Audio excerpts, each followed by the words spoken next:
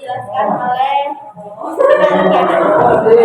teori inti ganda adalah salah satu teori dalam geografi yang dikemukakan oleh Homer pada tahun 1945. Teori ini menjelaskan pola struktur tata ruang kota dengan asumsi bahwa perkembangan kota tidak hanya berpusat pada satu inti, seperti pada teori konsentris, dan terdapat lebih dari satu pusat aktivitas atau inti ganda.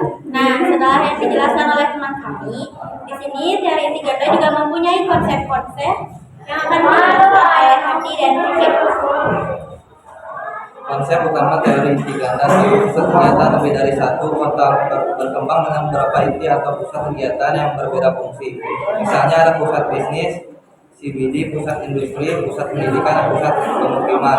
Dua faktor pembentukan inti ganda. Inti ganda terbentuk karena satu fungsi yang saling melengkapi. Misalnya pusat bisnis, perkantoran, dan perdagangan. Sementara kawasan industri cenderung menarik pekerjaan dan infrastruktur terkait. Dua kebutuhan ruang yang berbeda. Beberapa aktivitas membutuhkan ruang yang luas seperti industri sehingga sulit berlokasi di pusat kota. Tiga faktor geografis. Keberadaan sungai, pelabuhan, atau jalan utama dapat mendorong pembentukan inti baru. Empat, sejarah pembentukan kota. Kota yang dulunya merupakan gabungan beberapa desa atau wilayah akan memiliki lebih dari satu pusat. Nah, setelah dijelaskan konsep dan faktor, maaf dari saya keliru. Di sini juga kita ada zona dan ciri-ciri yang akan dijelaskan oleh Adida dan Bani. Zona dalam teori inti ganda ada zona pusat kota seperti pusat bisnis dan perdagangan. Dua, zona industri seperti kawasan pabrik dan gudang. Tiga, zona pemukiman masyarakat berpenghasilan rendah seperti dekat dengan kawasan industri. Zona pemukiman masyarakat berpenghasilan tinggi seperti terletak lebih jauh dari kawasan industri untuk menghindari polusi.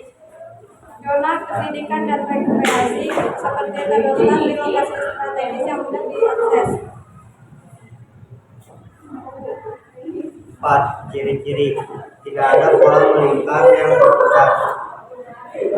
Perkembangan kota lebih kompleks dan dinamis. 3. Masing-masing inti memiliki karakteristik dan fungsi spesifik. Nah, yang terakhir sudah pasti ada keunggulan dan kelemahan. Keunggulan akan dibacakan oleh Razia dan kelemahan akan dibacakan oleh saya sendiri. Keunggulan dan kelemahan. Keunggulan lebih realistis dalam menggambarkan kota modern yang cenderung memiliki banyak pusat kegiatan. Dapat digunakan untuk menjelaskan perkembangan kota besar dengan aktivitas beragam. Ada kelemahan, tidak semua kota memiliki lebih dari satu inti. Tidak mempertimbangkan perbedaan sosial, ekonomi, dan budaya secara detail.